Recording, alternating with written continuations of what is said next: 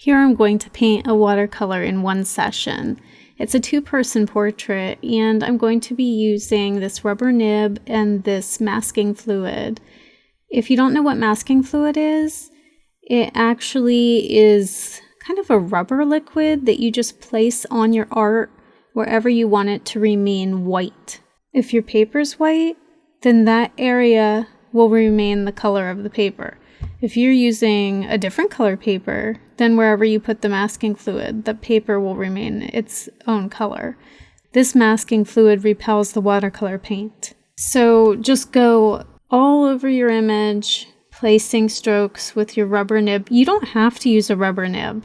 I just happen to have one, and I noticed that other tools did not work as well, and I don't want to ruin a paintbrush. All right, here's the colors I'm going to use next. It's basically greens and blues, and I just mix some water with them. I like to start with the backgrounds of my paintings first. I don't know why. I think it's maybe because it's the easiest for me and the most fun, because you get to be free while you're working. Here I'm taking just a yellowish green and putting it in as grass. Adding a little bit of a darker green for shadows, more towards the front. And as I work my way up, I'm just adding little tiny strokes that give the impression of grass. I don't want to get too detailed because it's a background. I want the attention to be on the two girls in the front. Just going to add a little blue at the top.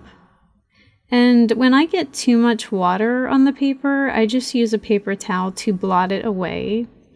Or if I think it's too intense, I just blot it away with a paper towel. You can use toilet paper if you want to, but paper towels are stronger, and you might get pieces of toilet paper on your art if you're not careful.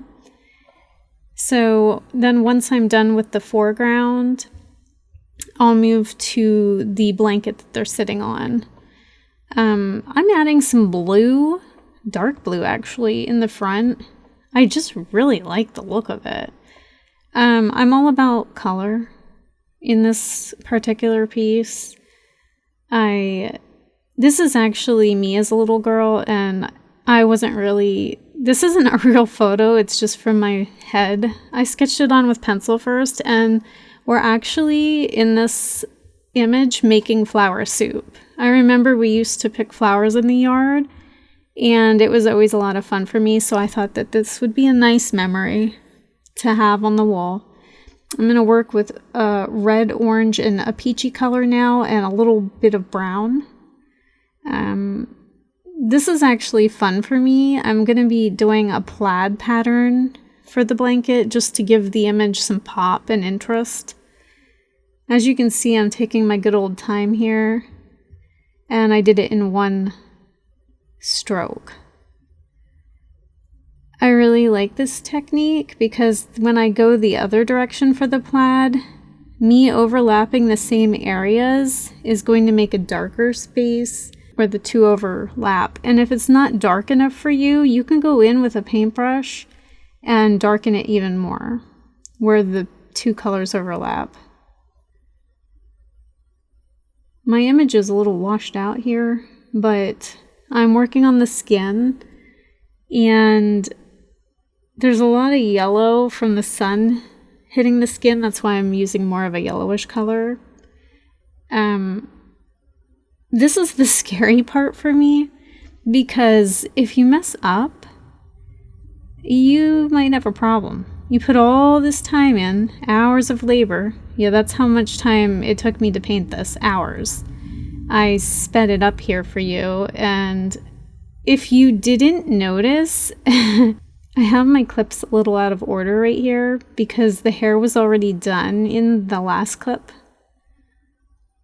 So I could actually reverse that, but I'm not going to. I'm going to let you see that I messed up in my editing. That's okay. But this is the final look here of where I'm at now. We're going to just take this masking fluid off and play around a little bit. You know, I was at an art show and there was an artist, and they kind of put down masking fluid, saying that it leaves like an edge around things, but I like it. I like how it makes a pop, and I'm not done. I'm coming in with more paint to soften things up. But if I hadn't used masking fluid, it would make the job a lot harder. Look at the dots on the clothing, okay? I would have had to go around all of that if I hadn't used masking fluid. I would have had to been so careful. I love masking fluid. I'm going to soften up the grass a little bit because the white spots are a little too bursty for me, whatever that means. I'm happy with how that face turned out right there. The other girl's my sister, and she said that we took flowers from the neighbor's yard, but I don't think we did. I think it was my mother's yard. Here was a stained mat that I used, and I made it even more stained just to cover up the stain. I like how it looks because, you know, we're playing in the dirt, and a dirty mat works well in an old antique frame.